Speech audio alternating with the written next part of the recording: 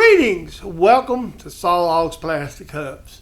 This is your buddy Jim Dedman, and we've got a video for you today. As Mr. Pete says, sometimes we have to get sticks out and beat on dead horses. Well, today we're beating on a dead horse. If you remember several weeks ago, I done a video where I modified my Harbor Freight jack to put extra rollers on it because I had extra rollers because my own jack tore up. Well, a local racer over here nearby East Lincoln, they had a similar problem, but their jack was good, but they had a damaged jack because the stud broke off. It didn't break the stud off, it broke the nut side off. So the guys contacted me and asked me, said, hey, could you fix my jack? I said, sure. So they brought the jack over the other day and we brought it into the shop. And while we was at it, I asked them how they wanted the wheels on, so they decided they want them in the center. So today's video is we're taking another one of the jacks, using the wheels, making a new shaft, Carter keys, make a very simple modification to a Harbor Freight jack using materials I've got laying around. So here's the deal. Hope you get your friends, your family, your dog, your cat, call your neighbors up. Cut you a stick and help me beat this dead horse fixing this jack. I hope you enjoy today's video. We'll come by and tell you bye there at the end. Have a great day. Alright, today's project, you guess what that is? That dirty, nasty jack belongs to a couple of buddies of mine that races at East Lincoln. And if you see what's wrong with it, I got the wheel over here to the side. Somehow the wheel broke off. My guess on this jack is these dang things get abused really, really bad. And I'm guessing this particular Harbor Freight jack probably got come out of the truck real fast one night at the racetrack and it landed on that wheel and broke the bolt off. Now the customer wants this one converted to center wheels. So we don't have extra sets, so we're going to put center wheels in it. So let's figure out what we need to do. As Harold says, all projects start on a what? What I'm going to do is cut about a foot of this 1-inch bar off to make this part work. One of the things that I'm going to say is, there it is, I'm sorry. If you hadn't seen the other video, these jacks when Harbor Freight makes them, they make these jacks. This was a little older, so it's a little floppier. But these jacks are made, basically, this shaft is bigger. So what I had to do with the one I fixed is I had to saw it. So what I'm going to do is I'm going to set you up over here in the bandsaw. We'll get set up. We're going to saw this sucker. A pair of vice grips, and the reason I'm picking this other side first is so when I cut this shaft in two, I won't have to move the vice grips for once. Okay, folks, what I'm going to do is pretty simple. Well, what I'm doing here with the stock is we're going to clean this end up, put a center in it. I'm only going to do one center. I'm going to grab these in the truck. Run out ain't going to be a big issue. I thought I corrected that. Now, turn the RPM up. Let's face it off. I'm going to face it. I'm going to center drill it. And we're going to put a center in. We're going to turn these shafts down to a little under 3/4. These are metric shafts, by the way, so.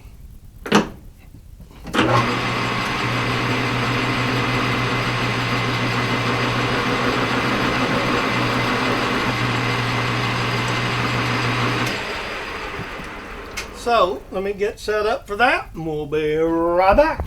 Okay, the original Harbor Freight shaft was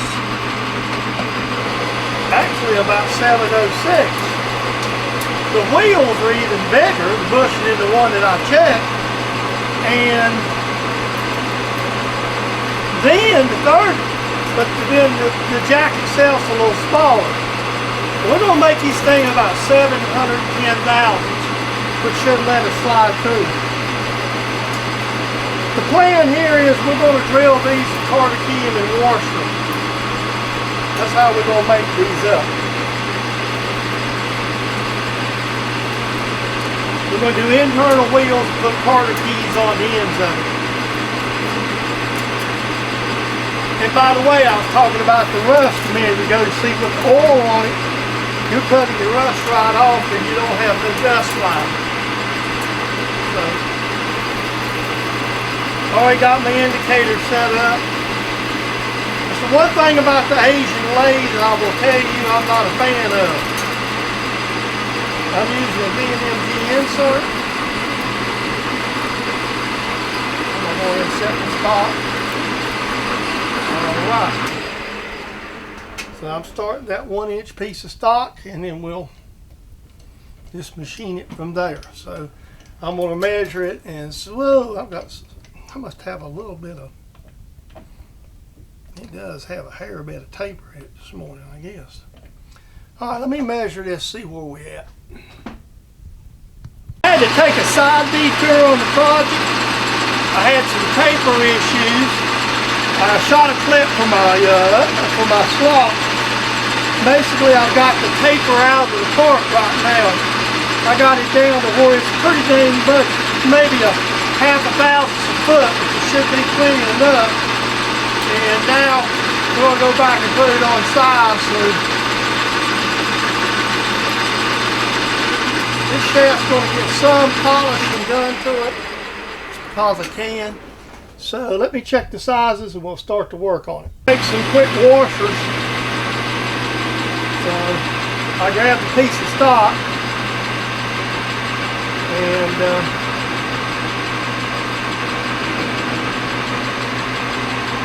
so I got to get, I'm just going to buzz down it. I'm just going to turn a little bit off to make it shiny. Just rip to it right quick. Nothing fancy, just a couple of washers. That's good right there. We're taking some file break the corner. I'll hunt the drills with this center drill and drills and everything else I need. And it'll be right there. Okay, we're starting to center drill it. It's got a little bit of a shaped foot, but there we go. Once we got it out the center, we're going to drill this with spade drill, by the way.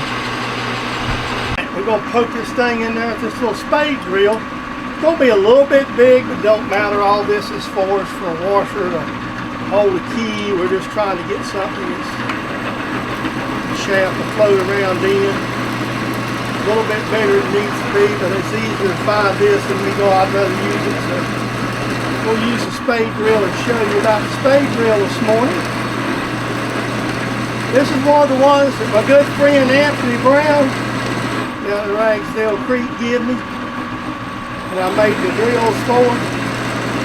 This is probably a little, it's going to be a little floppy for a washer, but you know what? Things just have to work sometimes. I won't get in there deep enough so when I cut these two washers I won't have to drill it for once. So, this is my homemade spade drill holder. I've got one for each one of my spade drills, by the way, so I don't have to go change them out. I've only got 4.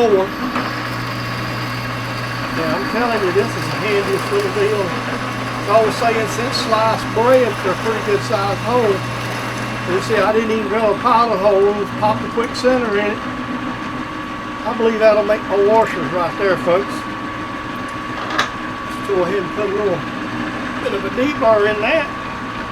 Alright, let's get a scope. This is actually, see, this side I've already drilled and put a Carter key in. So what we're going to do is I just tuck, this is all simple. I ain't no magic to it. I just laid it out in my shaft, grabbed my wheel press, made a quick little mark. And we're going to drill a little pinhole for another Carter key. And then we'll cut this shaft off. I'll mark it, we'll put it in the lathe, and we'll cut this shaft right off to the appropriate length. This way I know I've got enough shafts. That's why I made it this long. I'm not going to leave it sticking out 1.5 miles. I'm going to make it consistent. It's just easier to machine it up this way. I already checked it with the washer and everything involved, so that's going to get that part done. Then we just got to make a quick spacer and the jack's done. I mean, the biggest problem I have with this is just I run into the taper of my lathe, and this is just a simple little job. B-block on a drill press. You can't get no simpler than that.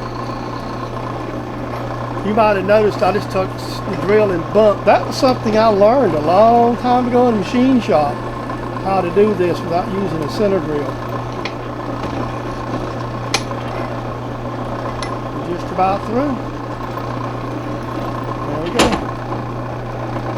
Okay. The lathe again. I'm set up. I've got basically 3/16 of an inch set there. My cutoff blade was wore out, so I went and got a new one. This is uncoated one. It'll work just fine. We're not going to run them hard anyway, so this will get this cut off to the exact length. Well, I'm not going to say the exact length, but this is going to give me what I want, get me close to where I need to be here. And we'll knock it right off. There we go.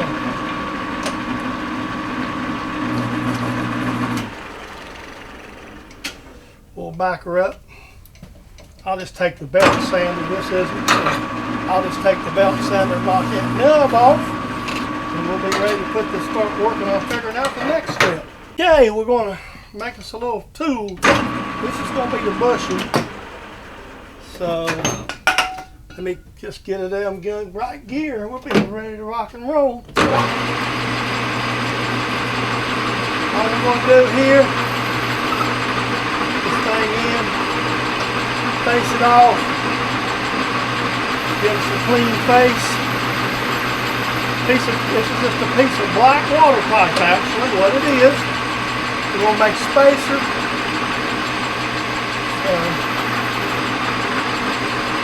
Run down under and turn it to give us kind of what we need. So we'll have a nice clean surface to work from. Let's see what that looks like. Oh yeah, that's plenty good enough. Going to make sure I got all the paint off of it. That's what I wanted to do. Okay, because this is going to be our spacer for the job. And for the pipe on this end, we'll set up and cut this thing. I got to run the right here. Then we'll set up. Cut off tool in, we'll cut it off the right length. All right, I've got that set. Now we're just going to go in here, drop ourselves down to a nice conservative speed. Engage the cutoff tool. Take a piece of pipe. Whack it right on.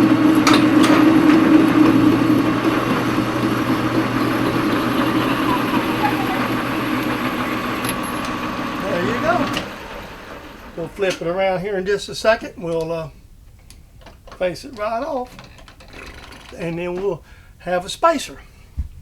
I just knock that burr off, grab my deburr code, we'll go over here to the bench, and we'll try to assemble this thing. Now this is plenty big enough. This is 3/4 pipe, so it's a little bit big. There's plenty of room. All this has got to do is just be a kind of a spacer, float in there, as I say. There's a completed repair. I mean, I could just easily put the wheels on the outside. I let the customer choose where he wanted his wheels at, so He wanted them on the inside, so that's what we did. And it's still a pretty good little dirt track jack. This one's probably got a lot of life in it. So we got her done, fixed up. The customer should be happy and help another poor boy racer out. So there we go. I mean, it's a little different this trick than I did with the other. And like I say, it's just a lot of stuff I got in scrap bins and stuff. Now, I left slack in it because this stuff's got to move around in some pretty rough areas. But you can see how this jack looks. It's been used pretty heavy. So we got the jack repaired. I'm going to take a picture of it, put it on Facebook, send her on out.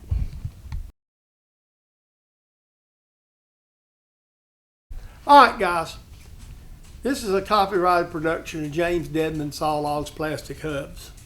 I hope you enjoyed today's video. It's a little simple project, somewhat of a repeat, but I kind of went about it different.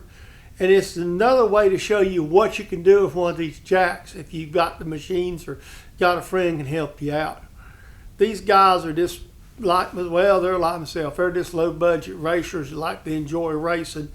Called me up and asked me to help them out. And, hey, I just done it because the guys needed help. And, you know, they do more with less anyway. So, with that being said, comments are always welcome. Please share your video with your friends and associates that like machining videos. Or if you got a racer that's got one of these jacks, you can share it to them too. I hope you enjoyed it. I tell you what, I always tell people that you don't learn much on my channel. It's more watching an old man make a fool of himself. But come on in, and I hope you enjoyed today's video. I hope you all families are safe with this virus going around. And you just take care. We will see you in the next video. You all have a great and wonderful day.